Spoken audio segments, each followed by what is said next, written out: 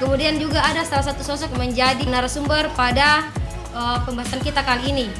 Nah, tentunya pada pembahasan kali ini kita akan membahas tentang, kemudian saya diminta oleh senior-seniornya dulu untuk menjadi ketua gugus depan sampai hari ini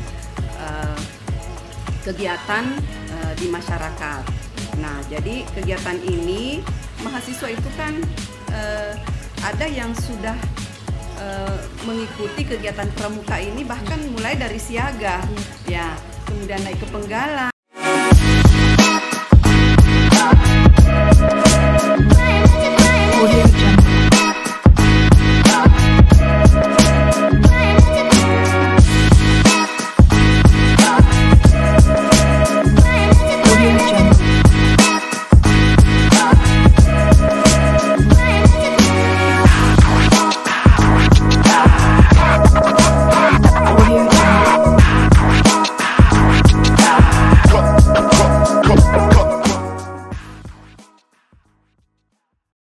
Potensi yang dikelola di gugus depan ini itu kelak akan menjadi pembina-pembina di masyarakat, ya. Jadi kalau toh ada yang kegiatan yang dilakukan tidak lain adalah untuk memperkuat apa yang sudah ada dalam dirinya untuk mempersiapkan diri membina masyarakat itu sendiri. Jadi saya kira eksistensinya itu masih sangat dibutuhkan, masih sangat diperlukan agar kegiatan kepramukaan ini tetap berkesinambungan.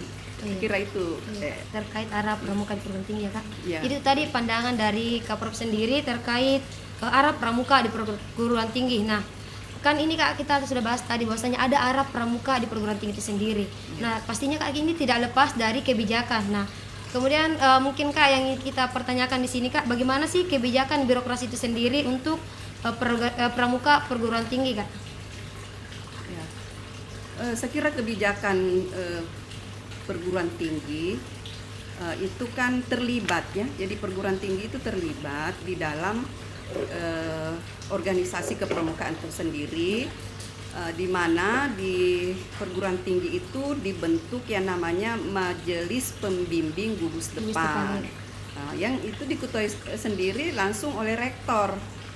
Sedangkan wakil-wakil rektor itu adalah menjadi anggota, begitu pula dekan-dekan dan wakil dekan 3 beserta senior-senior pramuka itu sendiri, anggota pramuka itu sendiri. Jadi ini saya kira satu keterlibatan secara organisatoris sebagai Mabigus. Kemudian keterlibatannya ini ex officio daripada pejabat yang ada. Ya, jadi meskipun misalnya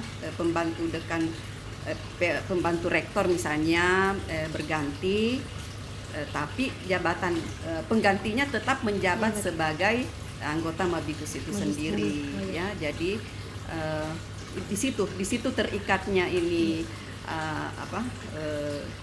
pihak perguruan tinggi pada pelibatannya atau partisipasinya atau pembinaannya kepada gugus depan itu sendiri. Jadi kita pramuka ini berbanggalah karena memang aturan memberikan peluang bagi perguruan tinggi itu untuk terlibat di dalam kepramukaan. Ya, saya kira itu. Nah, itu tadi terkait kebijakan birokrasi untuk pramuka perguruan tinggi. Jadi secara langsung ketika seseorang menduduki sebuah jabatan, baik itu rektor maupun wakil rektornya, maka secara langsung dia akan menjadi salah satu dari unsur Mabigus itu sendiri, ya Kak, pembimbing gugusnya.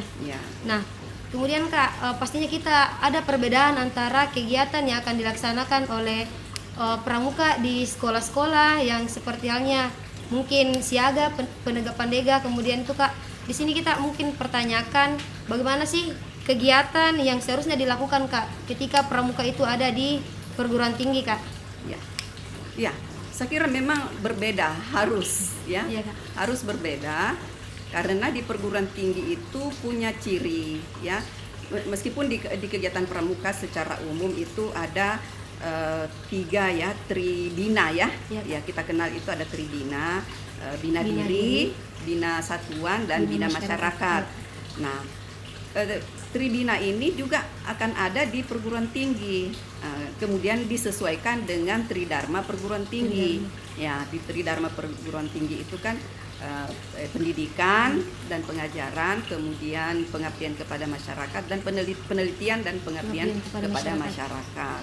Nah, kalau kita melihat pembinaan bina diri, bina pramuka itu kita kaitkan dengan Tridharma perguruan tinggi, maka ya seorang anggota pramuka itu dalam bina dirinya bagaimana dia bisa banyak mengisi diri melalui misalnya Tridharma pendidikan dan pengajarannya ya. Jadi seorang anggota pramuka itu yang memahami bina dirinya itu prestasinya harus lebih bagus ya, prestasi akademiknya.